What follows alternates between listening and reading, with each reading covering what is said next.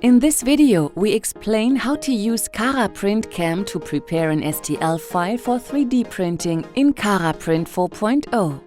We will use a byte splint, also called a night guard, as our example for the video. It will be easier to follow the video if you do the same. Start by opening Cara CAM and click on Print Editor. Under Model List, click Add.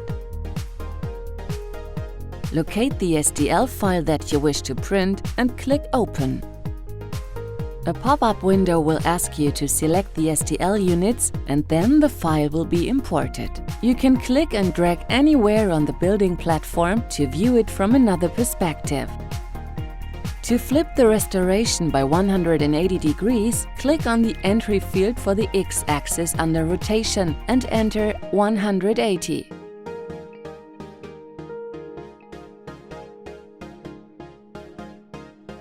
Note that supports will not be generated on the cavity side when you flip the restoration by 180 degrees.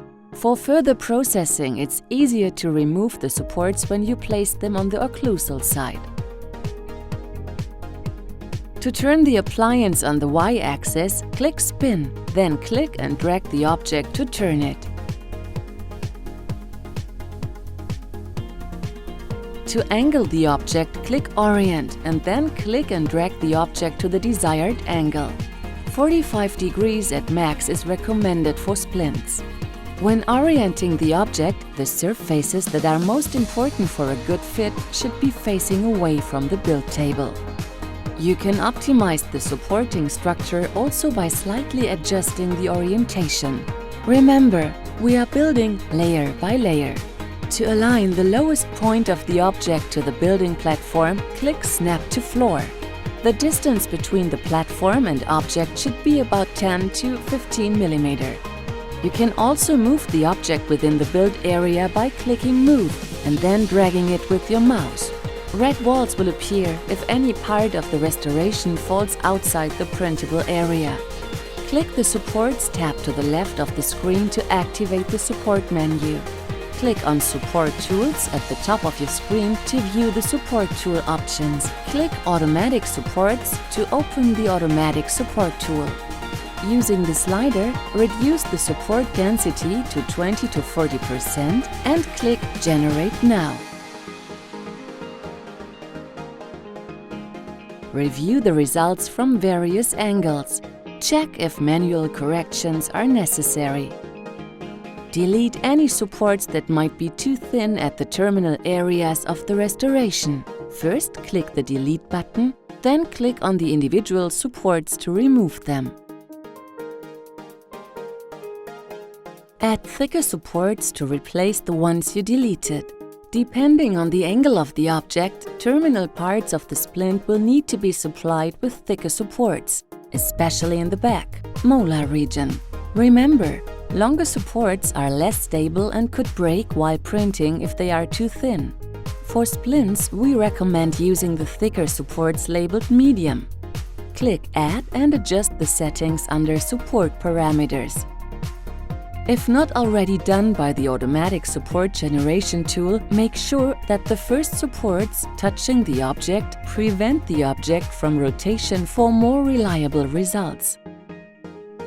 Make sure the shape is set to cylinder under mid and bottom. Under top, the settings should be cone 25%. Then click Medium at the bottom of the screen. Next, you can add supports to the restoration by clicking on the desired positions. Next, click Modify at the top of the screen and select the new supports. Click Make Vertical to the bottom left of your screen. This makes the supports run parallel to one another and saves space within the building platform. Follow the same process for the other side.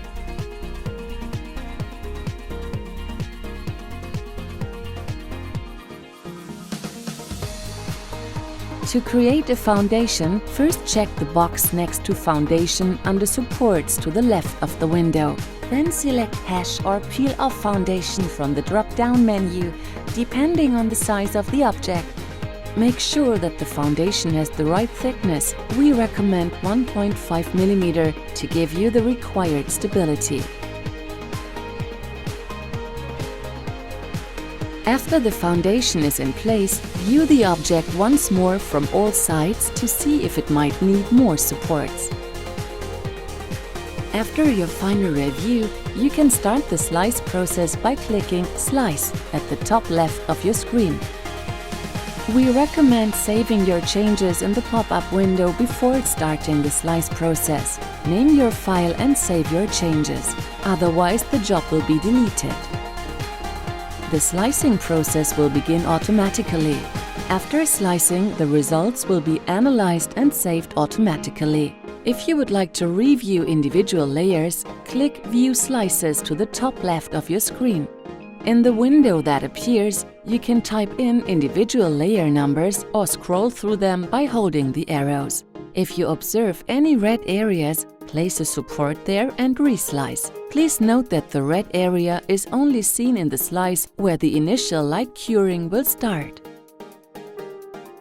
Now you can close the project window and connect with Cara Print 4.0 to print your file.